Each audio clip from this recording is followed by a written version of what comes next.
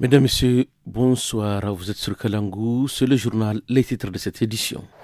Comment simplifier les démarches pour les futurs employés? C'est l'objectif de la rencontre du secteur privé et des autorités ce matin à Niamey. Explication dans cette édition. Les prix élevés des moutons et la morosité économique compliquent les préparatifs de la fête de Tabaski pour certains foyers à Difa. À suivre quelques citoyens de cette ville dans ce journal. Mesdames, Messieurs, bonsoir. Le secteur privé nigérien et les autorités se sont réunis ce matin à Niamey pour parler de l'insertion des jeunes dans le circuit de l'entrepreneuriat ou l'accès à un premier emploi. Les jeunes ont souvent des difficultés à accéder à un stage. Cette rencontre de ce matin vise à simplifier les démarches pour les futurs employés. Jeanne Aubois, représentante du PNUD au Niger, explique au micro de Deborah Issa. C'était une concertation des acteurs majeurs du secteur privé sur l'insertion des jeunes diplômés. C'était organisé par la Chambre de commerce sur le lit du ministère des Jeunes et du Sport, en présence aussi de la ministre de Fonction publique, de l'Emploi et du Travail. Un volet concerne l'emploi des jeunes, tenant compte du taux de chômage qui existe. Et c'était une concertation pour la possibilité d'agir ensemble et donner soit des stages ou bien le premier emploi, temporaire ou permanent, aux jeunes diplômés. Deuxième volet, c'est effectivement l'entrepreneuriat, que ces jeunes pourraient avoir des micro-entreprises. À l'approche de la fête de Tabaski, l'effervescence gagne les foyers de Difa. Entre achat du mouton, du bois ou du charbon pour la cuisson et la course aux ustensiles, les familles s'activent parfois avec difficulté.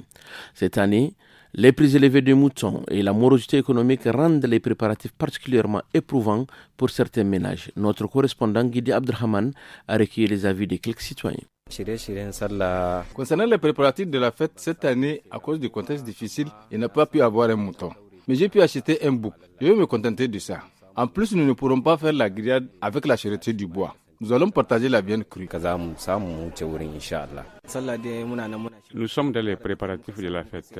L'année passée, à peine nous avons pu acheter des moutons. Mais cette année, nous nous sommes débrouillés pour acheter un.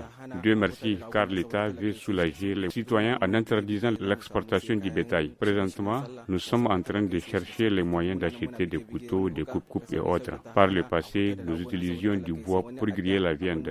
Mais maintenant, le bois est devenu cher. Le charbon est plus accessible. Pour prévenir d'éventuelles complications liées au sang pour les femmes enceintes à l'accouchement, la maternité du district sanitaire de Birninkoni sensibilise les femmes pour connaître leur groupe sanguin avant accouchement.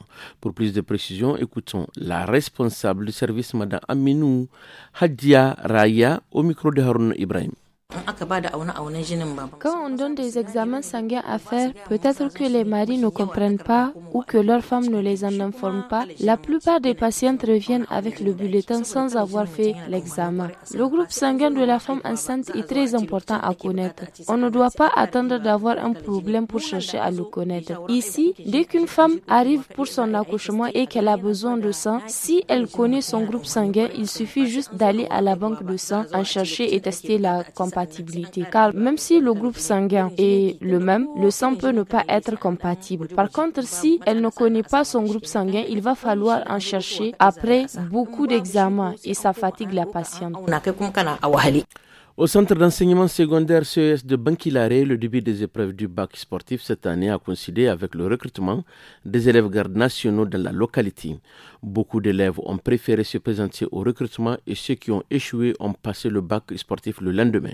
Hamadou Yaye, le proviseur du CES, explique au micro de Youssouf Illewat. Le bac sportif, ça s'est très bien passé, mais il y a eu un petit trouble au début parce que le jour du bac sportif, il y avait le recrutement des gardes. Donc, certains de nos candidats se sont présentés là-bas. Mais le lendemain, on a donc eu à évaluer les candidats qui ne sont pas admis et qui sont revenus vers nous. Les élèves dispensés au bac n'ont pas de préoccupations. Au bac, quand un élève est inapte à l'EPS, c'est fini. On ne leur fait pas un test à l'écrit comme au BPC où on fait un examen écrit. Au bac, ce n'est pas comme ça. Au bac, les élèves dispensés qui sont inaptes, ils sont exemptés de l'EPS, c'est tout. C'est la fin de cette édition. Merci de l'avoir suivi et merci pour votre fidélité.